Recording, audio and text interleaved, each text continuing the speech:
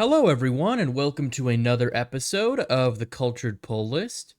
This week, we are going to be talking about Justice League Endless Winter.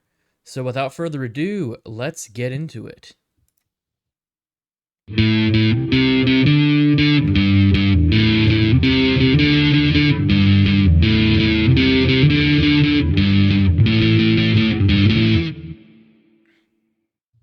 Hi, everyone. We are back with a third episode for our second season, and we picked a pretty fitting story for this time of year, especially the last few weeks. There's been a lot Right. of winter weather, Mhm. but yeah. So this is a bigger one of the bigger like events that happened a few years ago. But I kind of like totally missed it. I kind of wasn't pretty much from the tail end of Rebirth until like last year or like the end of 2022. I like hadn't really collected any newer comics. So Hmm. I missed pretty much everything from like the end of Rebirth, like, all the other stuff. So this was one that kind of passed under my radar for a while, and I really only knew of it because I got like a John Stewart action figure from, and it was actually from this comic apparently. And then Hmm. like I looked into it afterwards. But yeah, so Endless Winter. Let's get into that. Before we do, I did want to mention a couple like comic news things. So nothing too crazy, but there is something I found kind of interesting that just got announced a couple days ago. So Marvel is officially coming out with Yeah. these um, like explicit versions of Mhm. their Blood Hunt event. I guess this is the first time Marvel's come out with an alternate, like explicit version of a comic, which is interesting. I didn't realize that.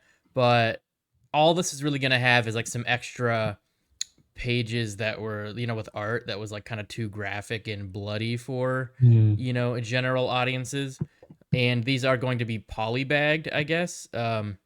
I'm not really sure. I guess they're gonna have like a special bag. I'm guessing like the explicit content warning is gonna be on the bag, Yeah. and then like the actual comic. But it's like a whole 8 extra pages. Um, Wow. I looked it up, and apparently it's gonna be, yeah. So I don't know if all of that is actual story, but it's kind of like an extended cut of Right. a comic, which is kind of cool. Which I wasn't super interested, I don't think, in Blood Hunt when I first heard about it. Like like I just didn't know much about it, but Hmm. hearing about this, I'm definitely more interested, and I'm definitely gonna collect those Right. explicit whatever, yeah, the polybagged ones, the extended ones. And the first issue comes out on May 1st. Okay. So it's So still a while for that. yeah, it's gonna be like a summer event, but it actually looks kind of cool. Like it's gonna be like a vampire based story, Hmm. which seems kind of interesting. And it seems like with all like the more gory versions, it's gonna be kind of a more like horror esque type Yeah. story, which sounds kind of cool. And it's gonna be like involving the Avengers, but then some of the Moon Knight team and Blade, of course, and Miles Morales Spider Man. Hmm. So Nice. sounds pretty cool. I'm definitely gonna check it out when it comes out in Right. May. Other little bit of news I wanted to cover was just something that was revealed in Titans Beast World number 5, the most recent one that came out this week. Hmm. So ever since like last year, ever since the end of Dark Crisis on Infinite Earths, we saw that Amanda Waller was building like this little team Yeah. of her own, and one of the main members was Doctor Hate, and we didn't know who the hell this person was.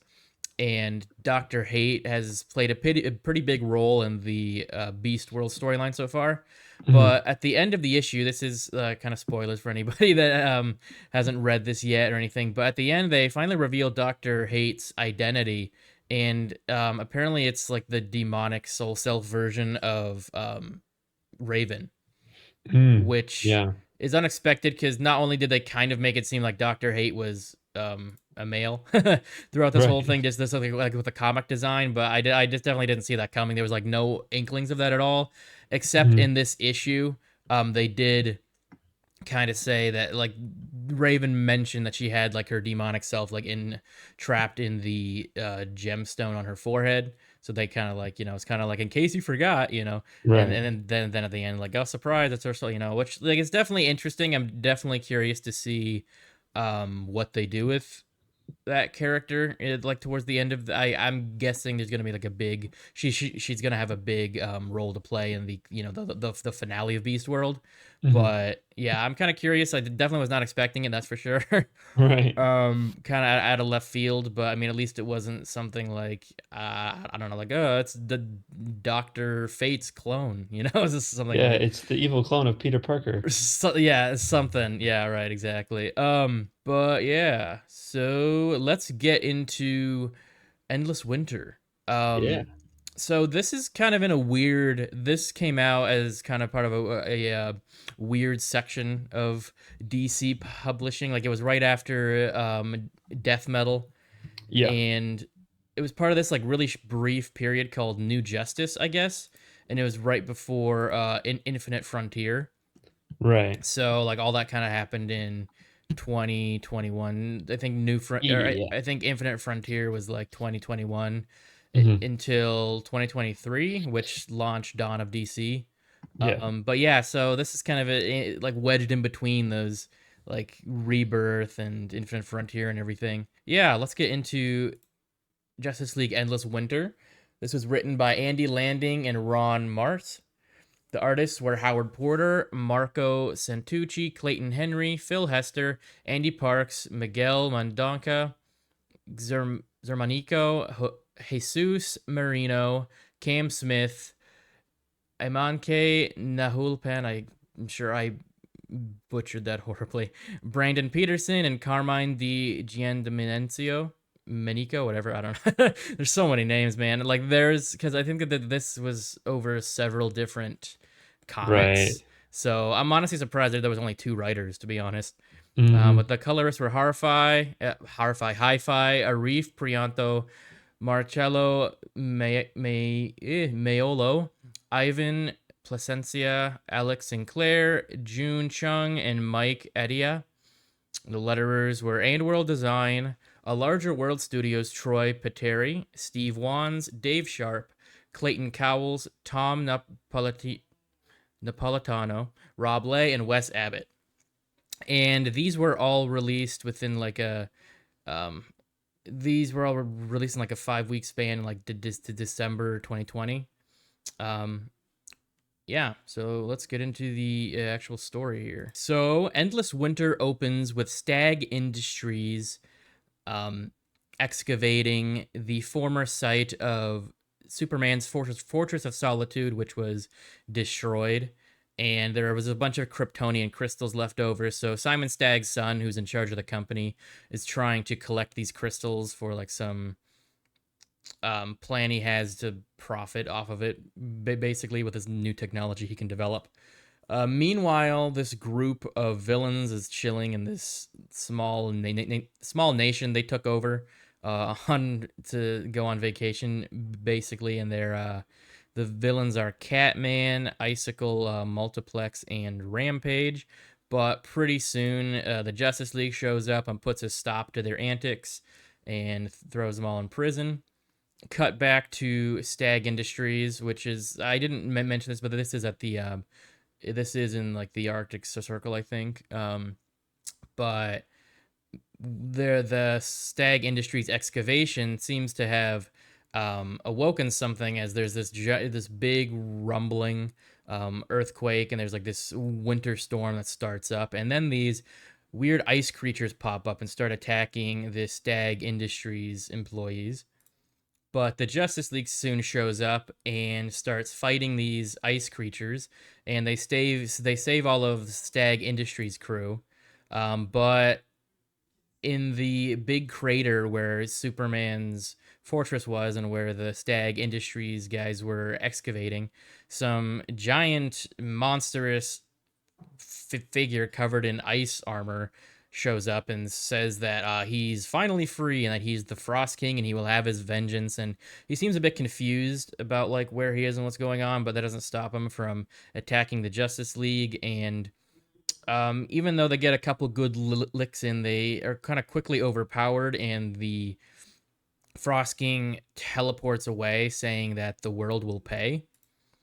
Um, Soon after he teleports away, Superman looks inside the crater where he sees the remains of his old Fortress of Solitude, and he realizes that the Kryptonian crystals must have kind of charged up and powered up the Frost King as he lay dormant underneath them.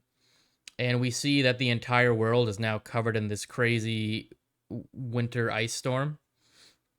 Then we jump back. There's a flashback to 10th century, to the 10th century, and this kind of goes on throughout the whole story. There's a lot of flashbacks, kind of explaining um, where the Frost King came from, but also shows that back in the 10th century, when he first showed up, Hippolyta, Wonder Woman's mother, this guy called the Viking Prince, who's like this immortal who can't die unless he dies a hero's death.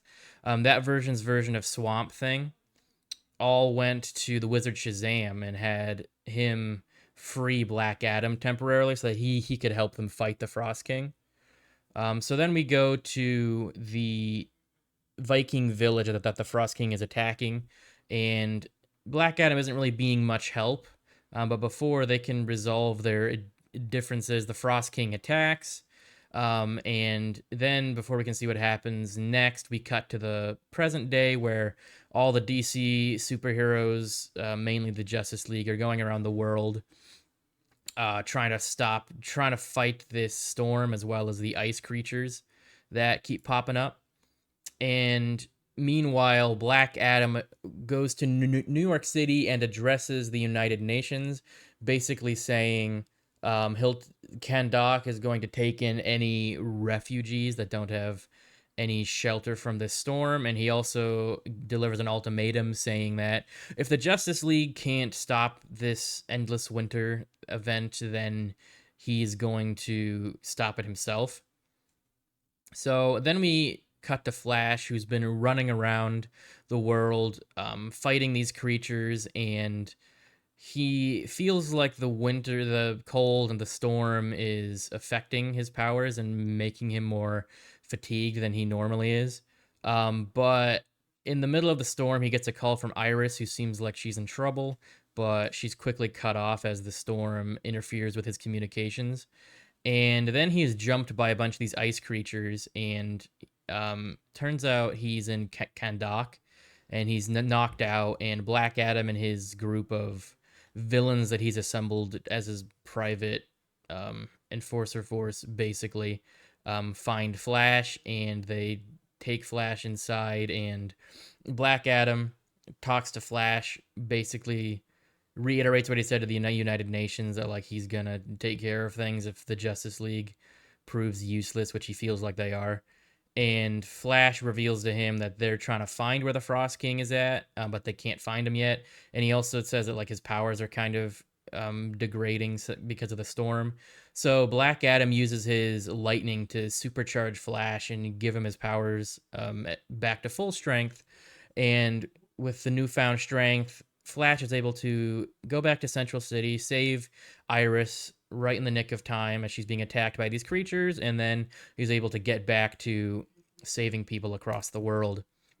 Now, going back to the flashback, we see the origin of the Frost King. Turns out he was a 10th century Viking, is living in a village in the Arctic Circle in Greenland.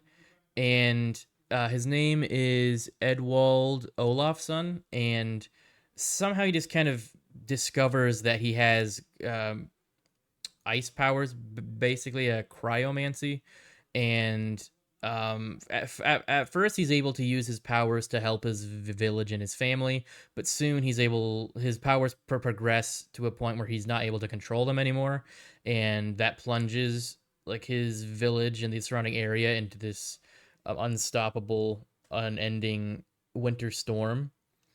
So the villagers soon attack Edwin, trying to stop the storm, basically, and he defends himself. But in the battle, his son is killed, and that kind of breaks him, and his powers go into overload, and he just becomes intent on punishing all the people that he feels are responsible for killing his son. So back to the present day. I feel like I'm going to say that a lot because this kind of just keeps cutting back and forth between the flashback and the present day. But back in the present, we see Superman going around saving people all over the world, kind of like Flash. But also similarly to Flash, he's beginning to get fatigued and overrun by all these things. So he decides to make a pit stop at his family home in Smallville, where his parents are, and he gets there in the nick of time as these ice creatures show up. But Crypto ends up destroying them anyway. But he basically just stops in and kind of gets a pep talk from his parents as well as a thermos of coffee and goes back on his way to fight these ice creatures and save people. Meanwhile, I believe it's in Gotham, the Stag Industries plant where they're keeping a huge hunk of um, kryptonite crystal and ice that they found at Superman's old Fortress of Solitude site. They find the Stag industry scientists find that there's actually three people frozen inside this large crystal that they have in their facility. So back to the flashback, the Frost King attacks the little group of heroes. Hippolyta, what's his name? Freaking Viking Prince and Swamp Thing, and they seem to be doing well at first, but then the cold ends up killing Swamp Thing, who was kind of their ace in the hole, and now they feel hopeless in achieving victory. So then we go back to the present. We see Aquaman dealing with the ice monsters and the winter that is descending upon Atlantis. And all that really happens in this part of the story is Aquaman and his advisors decide that they want to travel to like the middle of the earth, I guess, and or at least deep into the earth and recruit these fire trolls to their cause, as Arthur thinks that the fire trolls will be a good weapon against the Frost King. And if at first he's attacked by the fire trolls, but then Mira shows up and helps him. And for some reason, they kind of like worship her as a queen or something.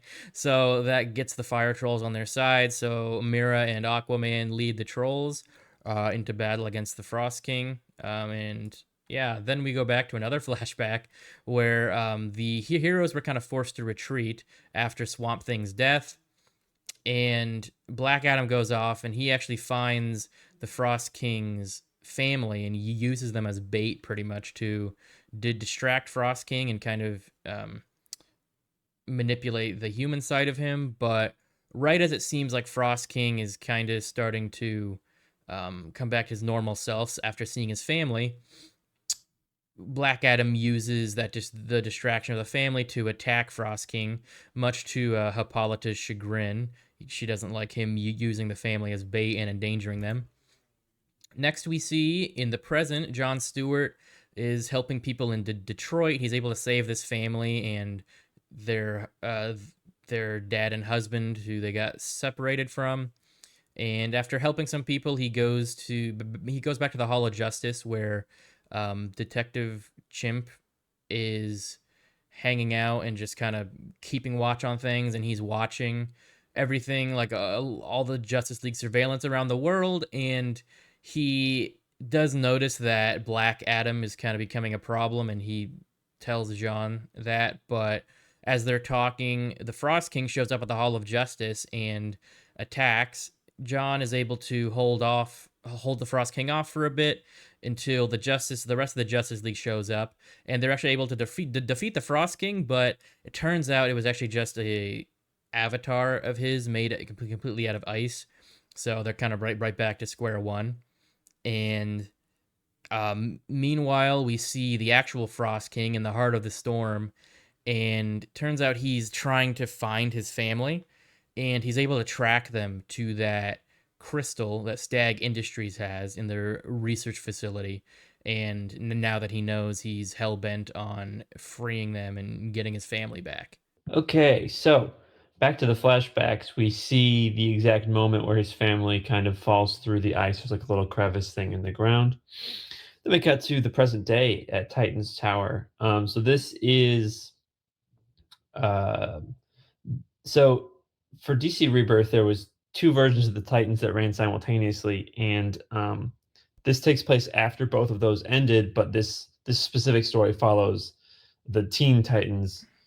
Well, I guess it follows the surviving. They didn't die, but just the remaining members of both of those teams, I guess, are combined in this one story. Hmm. So, on the Teen Titans end of it, it's Crash, Roundhouse, Red Arrow, and Kid Flash, So, and they're just a quick question: is Crash like, is she related to Lobo? yeah, she's Lobo's daughter. Okay, okay. I thought it was Yeah, something like that, but I wasn't yeah, sure. yeah, and yeah, Roundhouse, Red Arrow, and Speedy. They're at not Speedy, Kid Flash. They're at Titan's Tower, and it's kind of they're acting like a soup kitchen of sorts, Hmm. and it's run by Roundhouse's mother. And this is sort of um, there's a reference to. I'm not exactly sure what they mentioned something that Damien did. I'm not exactly sure what it is. It's been a while, but I think it's something to do with like he had some sort of weird jail thing for villains or something like that. Oh, okay. Yeah, I I'm was not wondering. exactly sure, but Y- something like that. Yeah, when I was reading, I was wondering what they were referencing. Like I said, I totally missed out like that like era of Mhm. comics. Yeah. So the Teen Titans are kind of under strict surveillance of the Titans, because of something that Damien did. Again, it's probably something to do with that villain's jail cell, but I'm not exactly sure. And so that's kind of why they're doing the soup kitchen thing. But then Roundhouse is like, um, they're on the Brooklyn Bridge, and there's like bunch of people are stranded there because the ice monsters, and it's just over the water. If we could just run over there and we can save these people, Donna's like, okay, that's fine. So they're on the Brooklyn Bridge. They they have the hero shot right there, and they notice that there's this weird spiky ball of ice, and it's different than the rest of the ice. And so Roundhouse melts it, and it turns out there's a teenager in there, and this is Summer Zahid, and this is her first appearance. She becomes a recurring character in later Titans stories, but this is her Okay, first appearance. I was gonna ask because she doesn't do anything the rest of the Yeah, story, the rest yeah. of the endless winter story. So I was like, oh, that's kind of a random character. Mhm. Yeah, it kinda is. She just shows up, fights the ice monsters for a little bit, um, and then there's the giant ice monster. They throw a gas truck at it and explode it, and they all kinda get to safety, and she explains that, like, she was separated from her mom in Brooklyn, and then she heard that, Titan's Tower was, like, a safe haven during the storm, so she was headed there when she got frozen, and I'm not exactly sure what her powers are because she was one of the new characters in Titans Academy, and there's so many characters in that, it's hard to keep track of them all. I know her name and I know what she looks like, but I couldn't tell you what her powers were.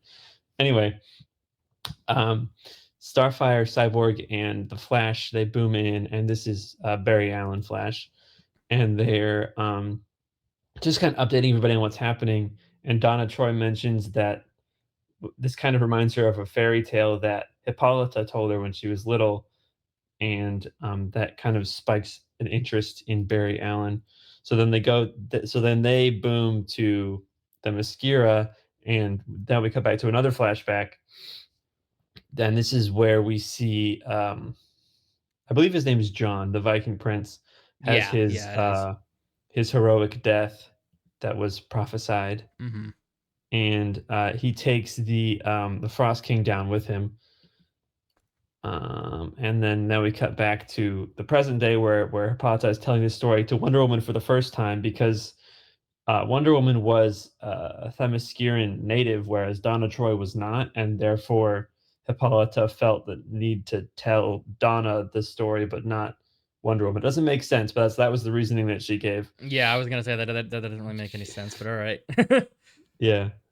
Um, and then we get so basically the frost is kind of messing with the different elemental magic. There's the black, the green, and the red, and there might be other ones, but those are the main ones.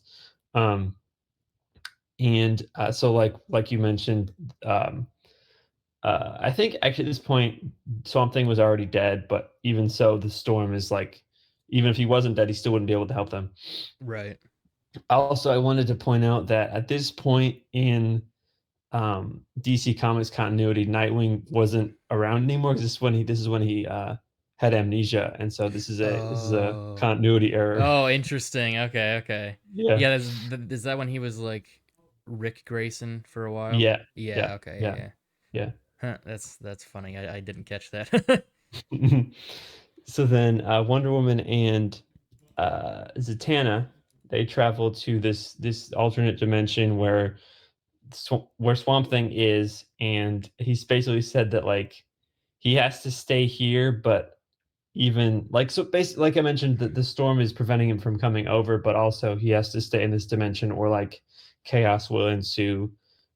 So basically they're at this point where like they need in order for him to come over and help them fight the Frost King, they need like an avatar of the green in their world for something to inhabit.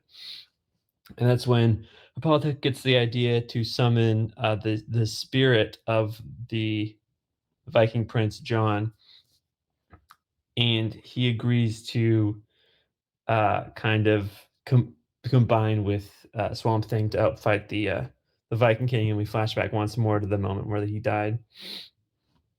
And that's what's happening right there is the Frost King Swamp Thing, Frost Thing. No, the Viking Prince Swamp Thing. I guess I don't Right. think they ever call it that. I guess Swamp Prince sounds pretty cool. Yeah, yeah, it does. And I gotta say that's a pretty badass the Yeah, design there with yeah, him and like I the axe agree. and stuff. It's I cool. agree.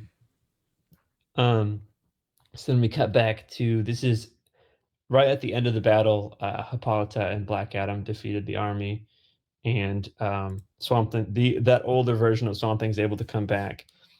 And the Vikings, they give Hippolyta um, the Frost King's, like, sigil as, like, I'm not exactly sure, like, if it's, like, a band or, like, a helmet or whatever, but it's something that has that sigil on there, which will be important Yeah, later. I think it's like a whole set of armor that Okay. they Yeah, yeah, yeah. give her, which has like their clan's sigil or whatever. Mhm, mhm. So now we cut back to SAG Industries where, that's I don't know his first name, but that's the SAG Yeah, guy. I forgot to. Yeah, he's Simon Stagg's son, the Mhm, original like mhm. guy who started the company, and he's a Batman villain a lot of Yeah, times. Yeah. yeah. And so then we have the villains from that you mentioned are gonna try to break in, to SAG SAG, yeah. SAG? Stag, not SAG. That's a different thing. Right. Uh, Yeah. Yeah. Silver Banshee, Icicle, Catman, and Rampage all break in, and they're fighting, and then Black Adam shows up, and he threatens him, and, because that's right when, the Frost King also shows up, and Black Adam fights him, and Black Adam does get the upper hand for a bit, but then Stag comes by and shoots him with some sort of prototype robot that actually makes him stronger, and then he has Black Right. Adam on the ropes, and that's when the Justice League shows up. Right. Because like the weapon that the robot had was made from the Right. kryptonite Yeah, crystals or the yeah. yeah. So it then that's what was supercharging the Frost King. So it just like Mhm, gave him a upgrade. exactly. That is when the Justice League shows up, and at first when I saw this, I didn't recognize either of these 2 because 'cause they're both in different costumes. It's, Wonder Woman and then Batman, they're both in their different Yeah, yeah. suits, so at first I was like, "Who are these Wonder people?" Woman, that's the armor that Hippolyta Yeah, was given, and then yeah, that is like an Arctic suit Batman. right, and so then this flashbacks to a couple minutes earlier where, Hippolyta is giving Wonder Woman the armor with the sigil, and then we cut back to the fight where they rescue Black Adam, and but then he says that like he had everything under control, and then Superman and him start to get into an argument, and there's another hero shot, and this is when the Swamp Thing shows up, and he gets in a couple of good blows with the Frost King, and then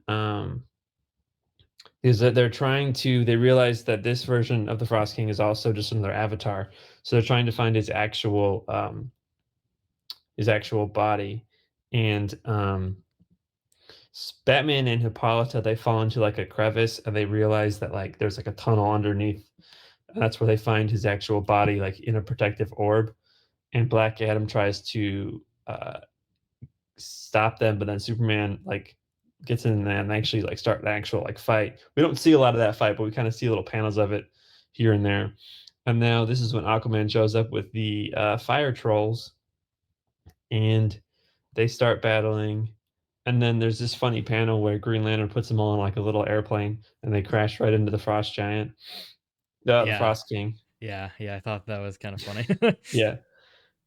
And then we cut back to Hippolyta and Batman, and Wonder Woman is wearing the sigil, and the Frost King recognizes it, and they're able to like touch hands, and like that is enough to like end the whole thing. There's like this massive shockwave, and pretty much kind of ends it the whole thing there.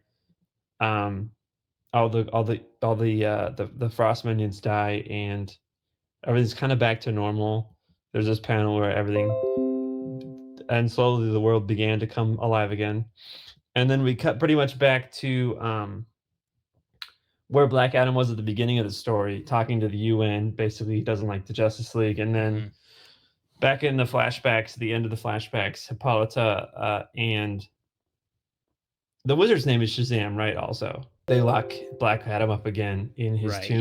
Yeah. Yeah. The wizard is also Shazam. Well, Yeah. the wizard is Shazam. Technically, that's why like Shazam was Captain Marvel for a long time, and then Oh yeah, yeah, yeah. Marvel kind of Right, ruined that, so they had to just call him Shazam. right, right, right.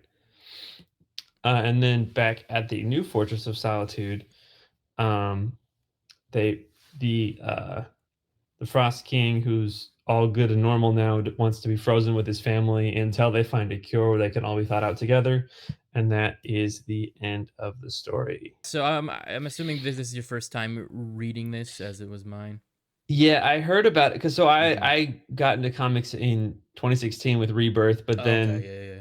kind of during the pandemic, I kind of fell out of comics a little bit. So Yeah. I Same. heard about this, but this is my first time reading it. Yeah. Yeah. Yeah. Same. Yeah. So what did you think of Endless Winter? I honestly enjoyed it. Like you kind of noticed, but there's like I kind of know the area that this takes place in, so Hmm. like I know like the tangential references throughout the whole book. Right. Yeah. Yeah. So yeah, I thought it was pretty cool. Like this did take place. Like this did the story took place through a bunch of different comic series. Like they had like a Superman, Yes. a Flash special, and you can kind of see the way that each like chapter kind of focuses on one hero. Hmm. For the most part. I felt like some of those weren't super necessary. Like it was mostly the flashbacks. The Hmm. rest was just kind of like how it sort of feels when you just pick up like a comic that's part of the crossover, but it really Right. just focuses and it isn't like it's just more like adjacent, like it's part of Hmm. it. But Hmm. but I still found those interesting. Yeah. I think especially the Flash and Superman ones. Hmm. Um, the Superman one was like a little bit more like mundane. I just kind of liked that. Um, The scene with him and his Smallville. Yeah. parents and everything was kind of cool. Yeah. And the Flash one was interesting. And speaking of the Flash one, I did notice like as soon as I started reading it, I'm like, that's the same artist who did the Adventures of John Kent. Oh Or yeah. Clayton Henry is a very distinct Yeah. style, which I think is pretty cool. I really like his style. Hmm. Which speaking of the art, yeah, there was a lot of different styles. I think they meshed together pretty well, but there were some more Yeah. distinct ones.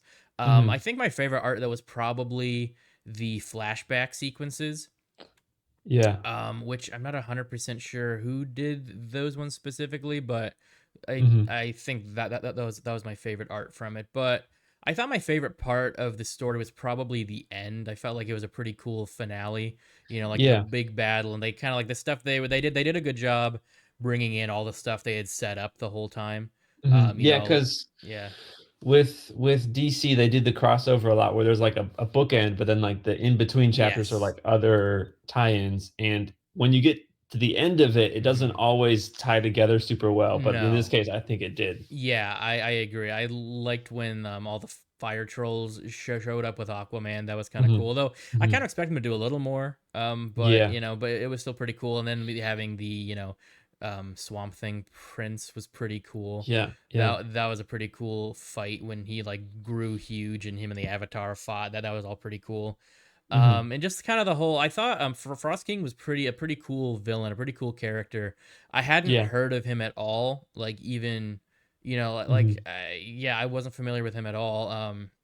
Obviously he was created for this story, but to be honest, I haven't heard a whole lot of people talk about this Right. event. I feel like even though I missed a lot of stuff, I still heard people talk about it in the community, like online and other places. Whereas Mhm. Endless Winter, I feel like just kind of came and went, and nobody talked about it that Yeah. much. So I never heard Yeah. of the Frost King or anything. I think the only Mhm. thing I really saw was like that Arctic Batman suit, pretty much. Mhm. Um, but I thought he was pretty cool, and I liked that he kind of had more of a characterization than just like, ooh, I'm a at first I thought he was just gonna be like, ooh, I'm just, an ancient entity that wants to kill everybody, but they actually like, he was originally a human, and the whole thing with his family, I felt gave him more layers. Mhm. um I will say, I was kind of hoping they would delve more into where he got his powers. It just sort of Yeah. happened. They suggested it was like dark magic that was involved at one point, Mm. but they didn't really go into it much. And I'm assuming they haven't in the future. Like they did kind Yeah. of Yeah. tease that he was going to be back at some point because they put him into cryostasis and everything. But as far Mhm. as I know, he hasn't showed up in any other Yeah. comics. I don't think so. Maybe sometime in the future, or maybe the DC will just forget about it. But yeah, so Endless Winter is pretty cool, pretty Yeah. fun event. A lot of One of fun. the few actually like winter themed Mhm. comics, I think. um but yeah, did you have anything else to say about it? No, I think we pretty much covered it. All right, so as usual, to wrap things up, we're gonna do our cultured picks, some of the most interesting comics we have picked up recently. Mhm. What did you have this week, Luke? This week I picked up Titans Beast World Tour Star City. This is a tie-in to the main event that's happening currently in Right. DC, focusing on the Green Arrow and the Green Arrow family. This story focuses primarily on a team up with Oliver Queen and his son Connor Hawk. Right. And I think that, as far as I know, this is one of the few times they've actually like worked together. Normally, it's either like one or the other on their own side mission, but like, Hmm. yeah, they're actually working together in this one. And Yeah, they have been a bit in the main like Green Arrow series that's been going on too. okay, yeah, I haven't really been following that one super closely. Yeah. Um, and then this story also follows the Red Canary, who was Oh, Red Canary. introduced in Dark Crisis, I believe. Oh, And okay. I kind of forgot about her. yeah, Okay. yeah. And, yeah, it's just a fun Green Arrow, Green Arrow family story. Black Hmm. Canary and all of them are in there too. Okay. But yeah. Yeah, I was kind of like, I've been kind of not picking up the like adjacent Titans Beast World stories because, Mhm. money. But Sure, sure. but this one was the one I was kind of like, oh, I actually might pick this up at some point. But Mhm, mhm, so I kind of wanted to mention Titans Beast World 5 again because I forgot to mention something earlier. But yeah, there's that. But then there was this funny well, kind of cool but kind of funny fight between Nightwing and Peacemaker. yeah. And the funny part is like Nightwing takes Peacemaker's helmet and like twists it around. So Mm, like on his head, and then he's able to knock him out. But it's just kind of funny. Kind of shows how impractical um, yeah. some of these superhero suits Right. are, especially the Peacemaker helmet. But yeah, I just thought that was funny. Mhm. And I have noticed like the comics really did bring back Peacemaker kind of soon after the Suicide Squad, the James Gunn thing. Yeah. And his Yeah. suit looks exactly like the John Cena, Right. live action version. So I Right. find that kind of interesting. I think that they tried to do the same thing with Black Adam, but that just fell apart. But Yeah, with right. Peacemaker, it's kinda I sticking around will a say little with more. Black Adam, they kind of started to bring him back, like put him more in the spotlight, like during like this era that we just covered, like the Endless Yes. Winter, Yeah. Yeah. which is a couple years before the Black Adam movie, but then again, that movie was in development for a long time. Yeah. So yeah, I'm sure a big reason, if not the main reason, was they were kind of trying to, you know, Right. hype up the Black Adam movie and kind of make, which I will say the good thing out of that is I feel like they have made Black Adam a more interesting, fleshed out character. Mhm. I feel like for a while he was just kind of like, you know, bad Shazam, Right, but I feel right. like he's become more of a Doctor Doom type character where he's like a villain for kind of the whole DC universe, but he's also like the king of Yeah. his own nation, but he's also like a bit of an anti-hero. He's kind of like a more Mhm, layered character mhm. now, which I do like. Right. Yeah, the other issue I actually wanted to cover for my culture pick was Godzilla, or sorry, Justice League versus Godzilla versus Kong. Quite a mouthful, but the fourth issue just came out recently, and Mhm, it took place primarily in Atlantis because there's this big Titan, like this sea Titan, and Godzilla showed up and started fighting it, and mhm, Atlantis was kind of caught in the crossfire, and Aquaman and some of the other Justice League members kind of tried to stop stop the fight, but it didn't really go well. So Aquaman legitimately he released the Kraken. ah, And they even say, like, I think Green Lantern even says, like, wait, seriously, he released the Kraken? But hmm, it's kind of cool, he released his own, big monster. So I guess there's going to be a big three-way monster battle in the next issue, which, right.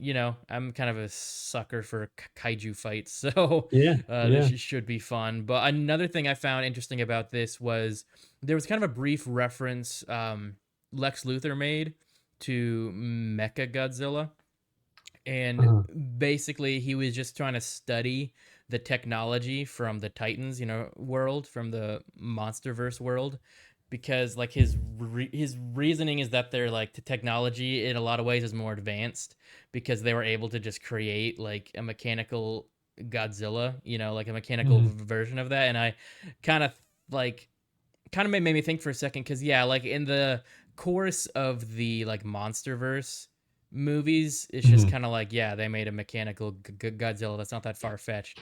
But like in any other world, when you think about it, like Godzilla himself is such like a huge, like crazy powerful creature that like there aren't that many other like beings or creatures in like a lot of other like in DC and mm, stuff. So that just the fact yeah, that they were able to create a like mechanical man-made version of him so easily. I When I think about it, it's like, yeah, I guess that would be kind of a huge feat to like another world like the DC world. I thought that was kind of mhm. interesting. And I kind of wonder if Lex Luthor isn't going to try and make like a Mecha Godzilla of his own type thing. Yeah, so I haven't read any of these stories, but Hmm. you mentioned that so Godzilla and Kong, they're from in this story, they're from a different world and they kind of come into Yes. the Justice League world? Yeah. So the what is it? The Legion of Doom, they're doing something, I forget what it was, but basically they steal the Dreamstone, and um Toyman gets a hold of it, and Mm, I forget exactly what he like wishes for, but he basically says something like that brings all of the Titans from the MonsterVerse into the DC universe. okay. Yeah, it's not just Godzilla and Kong. It's like a bunch of pretty much all the Titans and monsters that are from the movie MonsterVerse Uh-huh. get brought in there. So yeah, Godzilla and Kong are there, but really Godzilla is honestly the one like fighting the Titans, but he's also destroying stuff. So the Justice League are fighting him as well as the other Titans and stuff. So Right, right. it's just kind of a big menagerie of giant monsters fighting the DC Cool. characters, which it is pretty cool. It does feel weird because it is obviously set in like a alternate, like it's not set in the main DC continuity, which Mhm. I get why they would do that, but sometimes it feels like, oh, this is generic Green Arrow, this is generic Super Green. It doesn't feel like, Yeah. it just kind of feels like they plucked them out of the most like watered down versions of the characters. But it's still Mhm. pretty cool. Yeah. Yeah, that is our episode for this week. Thank you so much, everyone, for watching, and be sure to keep your eyes peeled for next week. And yeah, Mhm. if you want to pick up Endless Winter, you can check the Amazon link in the description. But yeah, we will see you next week. If you would like to support us on Patreon, be sure to check out patreon.com/theculturednerd. And if you want to support the Cultured Pull List specifically, look for our shows tier. Thank you to all of our current Patreon supporters. We could not do this without you. Wesley H, Mitch S, Connor Y, Anna M, Oscar B, Craig L, and Salib K. I've been your host, Michael Malillo, and my co host is Luke S. Mhm. Our logo was designed by Jose Navarro, and our intro was made by myself. Thank you again for joining us. Please like and subscribe and share, and tell your friends about this podcast too. If you'd like to check out The Cultured Nerd on social media, you can scan the QR code on the bottom left. If you would like to check out Casual Experts, which is me and Luke's other brand, we got our own YouTube channel, podcast, and socials, you can scan the QR code on the bottom right.